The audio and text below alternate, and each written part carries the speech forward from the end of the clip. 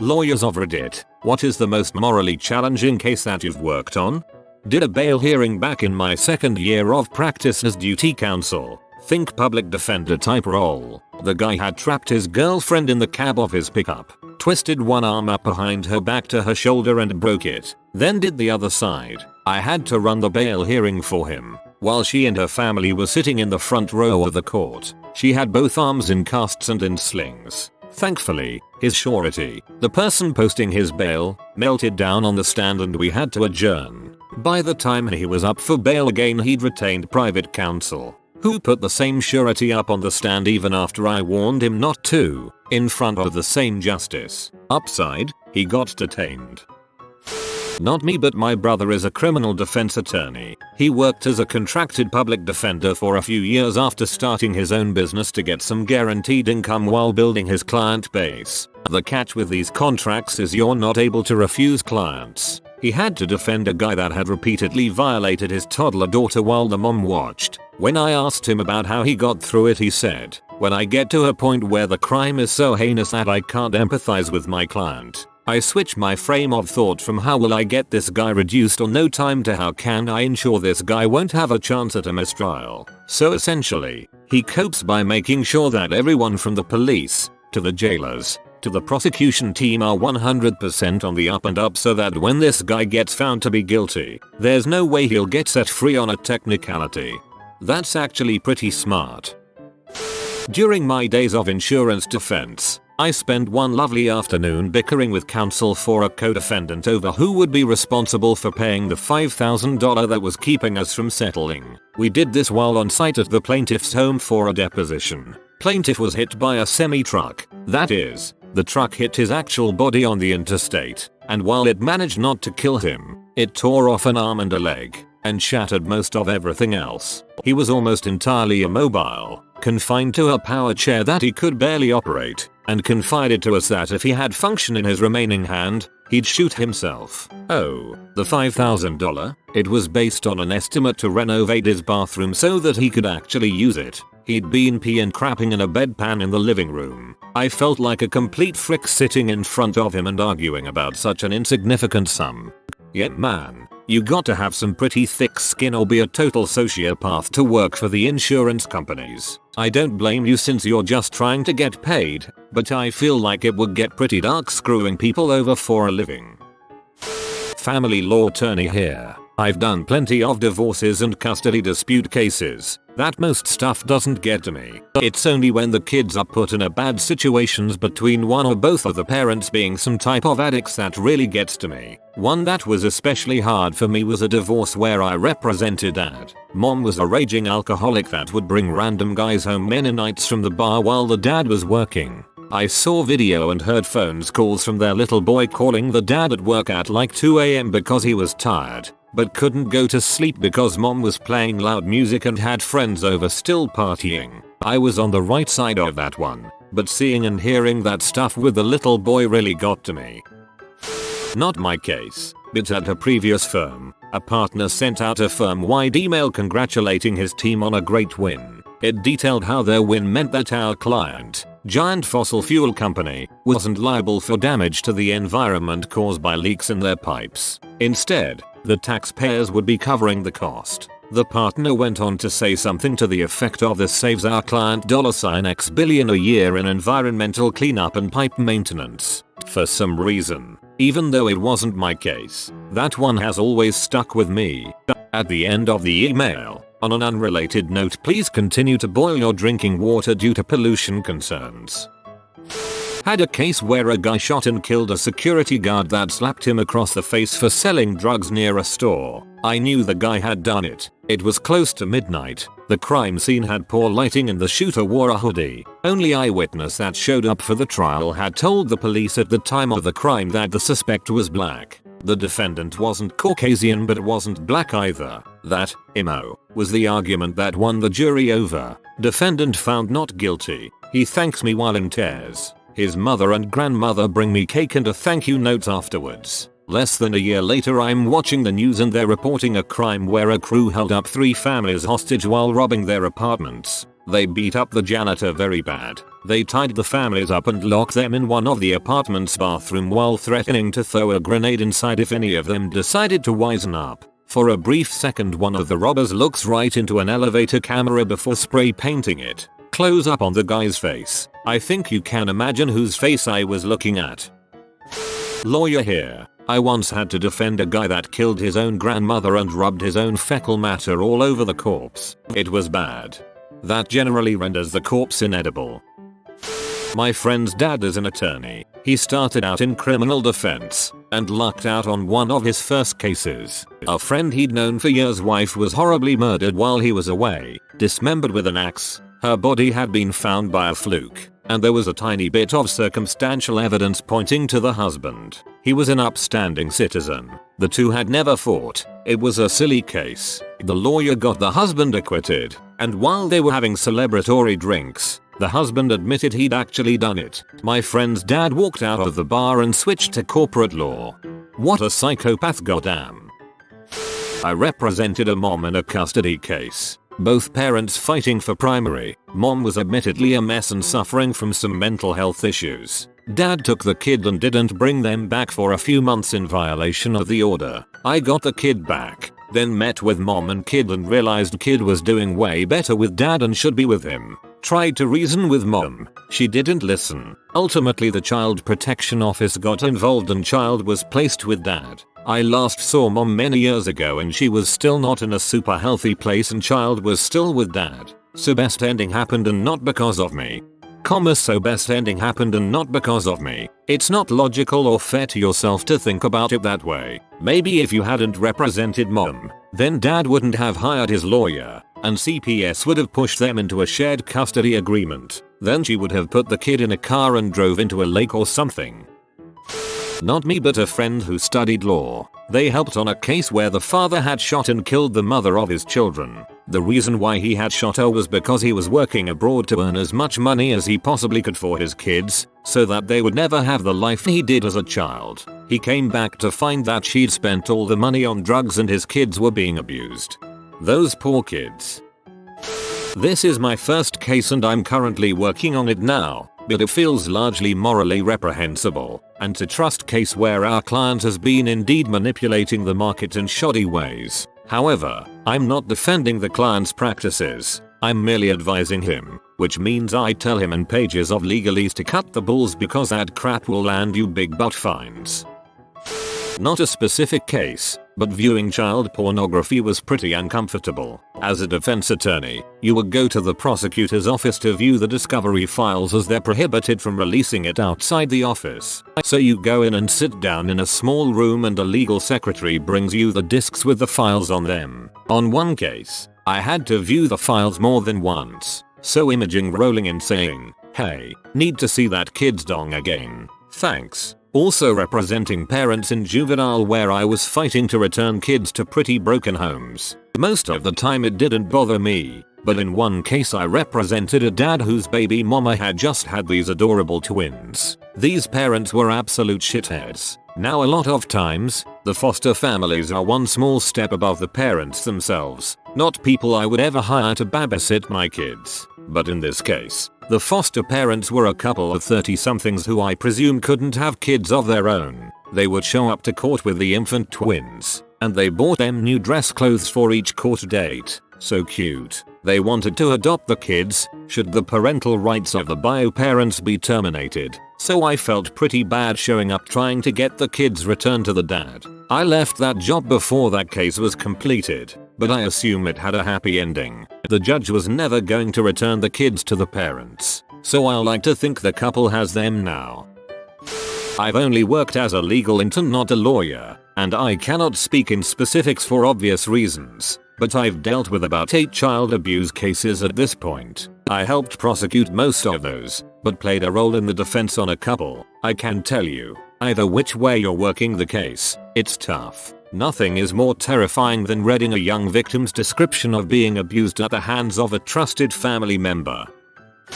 Legal, smart, and moral are very different terms which don't necessarily go together in legal work. Actions can definitely be all three. I think the toughest decisions are moral, legal, but not smart. The most morally challenging case is the one where a client has been wronged, but circumstances make holding someone to account too difficult or expensive to be accomplished. Telling a client you have been hurt by someone who did something illegal, but you can't do anything about it. Sorry really sucks. Disclaimer: none of the below is legal advice. Don't take legal advice from randos on the interwebs. Bringing a medical malpractice action can be really expensive. Some states require you hire a medical expert to present certain evidence. Some states cap the amount of damages you can recover. I've seen some egregious behavior shrugged off because the probably at fault party knows that most people can't afford to bring the case. Every case is a big deal to individual clients. Losing, or getting a bad outcome, is never fun. But telling a client that someone is going to escape because it's too expensive feels morally worse. I don't typically do family law, but I have a case where we suspected the mother had Munchausen by proxy, which if you've seen the Hulu movie Gypsy you know how messed up it is. The child was always fine with the dad, but mom would take the child to the doctor every other day. When they didn't give the answer mom wanted, she'd get a second, third, etc. opinion. Mom was oddly close to the nurses and doctors. Child had some type of cancer where child needed a colostomy bag and mom didn't clean it. It was infected so bad that child can't wear it anymore and child is getting more sick and dying. Mom, allegedly, pushed her child in the shower and it messed up their head. It's possible mom is feeding her drugs too because child puked blood from time to time. Now the child has seizures once a week from the shower incident. Mom spent $400,000 on medical bills in 1 year. Mom made a fraudulent GoFundMe and only used $200 of the thousands received on medical bills. The page has since been removed, and the case is still open until we can find more experts to testify. Holy crap, poor kid. Ugh. Well, fresh after law school, I worked on a case where the people involved were sketchy in every possible way. My role was very limited. I was just helping with some securities filings. The problem was that nothing quite added up, and when I brought the discrepancies over to my boss, she just told me to put the information in anyway. She was very friendly with the client. We saw him at our office all the goddamn time, as he'd often just drop by to chat and hang. Years later, the company folded, in a manner of speaking, and their clients, many of whom were quite vulnerable, lost hundreds of millions of dollars. I was not at all surprised. My boss was someone whom I had dreamed of reporting for years for that and other sketchiness, but she was slippery enough never to do anything wrong that didn't carry some level of plausible deniability. Additionally, I'd always felt like I had zero idea of what I was doing as a student and then first year associate there. Further still, I felt powerless against someone who had built herself quite a reputation within the legal community here, and who had been known to act vindictively toward anyone who crossed her in the past. In any case, I do think about that old file often. It's not the only one we worked on at that old firm that eventually blew up in a bad way. It's also really not great to feel like you may have helped legitimize an entirely, and to me, obviously, fraudulent operation. My experience there definitely jaded me quite a bit, even compared to other junior lawyers. When I was about to start college back in the 90s, I took a legal receptionist job in a legal defense firm in my little southern town. I would work answering the phones until 1 PM and then after that I would tag along with one of the lawyers for a few unpaid hours and watch them do their jobs in court. Everyone was very nice and did me a huge favor because the experience gave me enough information to learn that being a lawyer wasn't for me. It turns out that I can't handle watching people be crushed by the system. I could handle the murder trials, drug charges and real estate squabbling no problem. It was watching poor people get ground up over minor offenses or simple mistakes, little things that would haunt them for the rest of their lives. One particular case stood out to me. There was shooting and a crowd had gathered around the body. A detective was asking people in the crowd if they'd seen anything. Our defendant said yes when he hadn't seen anything really, but he just wanted to help. He was a simple-minded person, but never formally diagnosed with anything largely due to the lack of services in my town and the fact that he dropped out of school early. When I met him it was clear that he was a sweet person who really liked people, but was dealing with a low IQ and some reasoning issues. The detective separated our defendant from the crowd and started questioning him. After a few minutes it was clear that the defendant was just giving answers that he thought the detective would want to hear. He really wanted to make the detective happy. Instead of just dismissing the guy, the detective arrested him for giving false information. He had a few minor thefts on his record. Again, he had reasoning issues, so he was really looking at serious jail time because he talked to the police again. This dude just liked talking to people and didn't know better. He had no diagnosis or health records to back up any claim of mental deficiencies, and anything resembling that would cost money. He didn't have time in a state mental facility. He lived with a relative who was equally broke. His lawyer was contemplating a guilty plea because he'd lied directly to a police officer and admitted it. I left before the case got resolved, but it's the one I still think about. This guy was largely harmless and was likely going to spend at least some time in serious jail, where the outcome would likely have been very bad for him. The thing that stuck with me was how unnecessary it all was. It was suffering for literally no purpose. Putting him in jail was not going to magically give that guy better cognitive skills other than making him distrust people. If anything, this should make you livid with that detective. They did that just to have an easy arrest.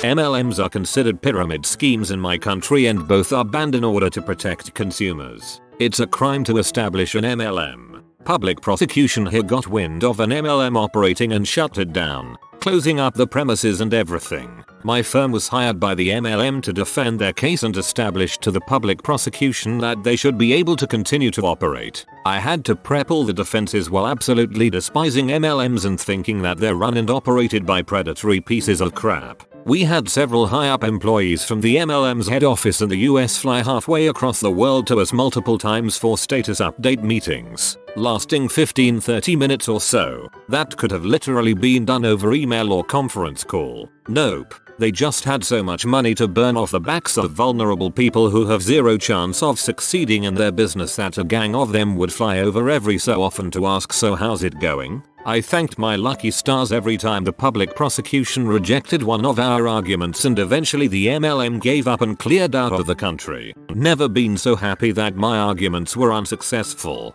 I want to go to there.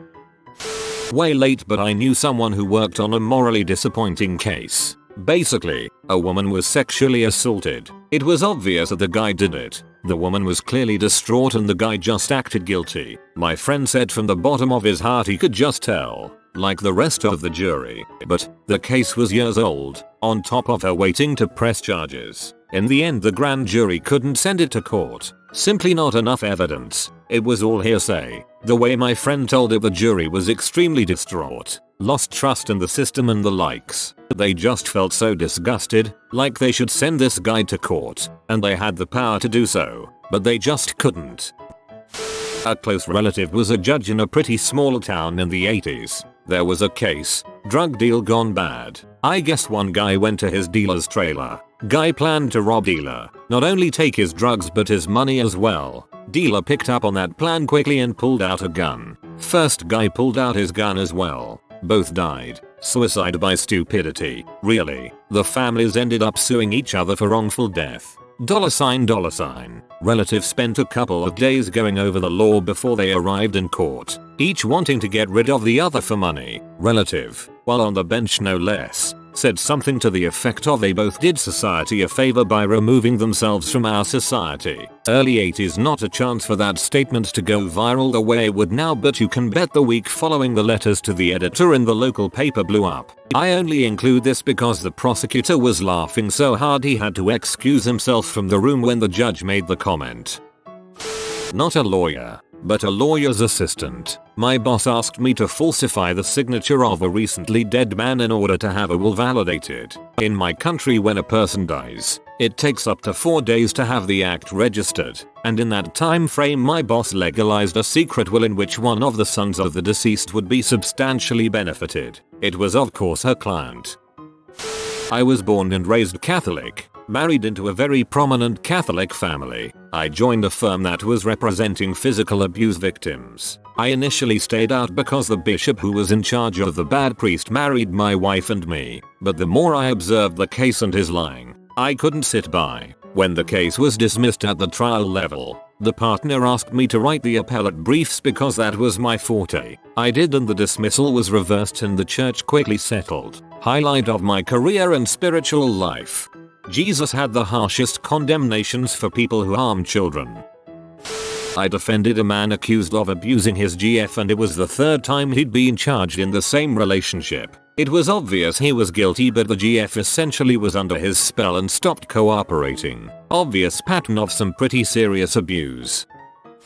Defended a guy charged with child abuse. Not the challenging part. He clearly did not do it. He was, however, an admitted and convicted diddler from an earlier case. Yuck. But everyone is entitled to a defense, and this guy clearly didn't do this one. So, why challenging? He so clearly didn't do this one that as the case developed, the prosecutor realized he didn't do it, but this was in the last 2 months or so before the prosecutor's re-election. In a roundabout, didn't say it, but clearly conveyed it manner. Prosecutor communicated in effect, leave it alone until after the election and it will go away. Client was in jail and couldn't make bail. We let the case delay. Election passed and a couple of days later charges were dismissed. It sucked, but had we tried to fight it, client might well have been convicted by a jury since he had a previous conviction and he could have went away for over 10 years for something he didn't do.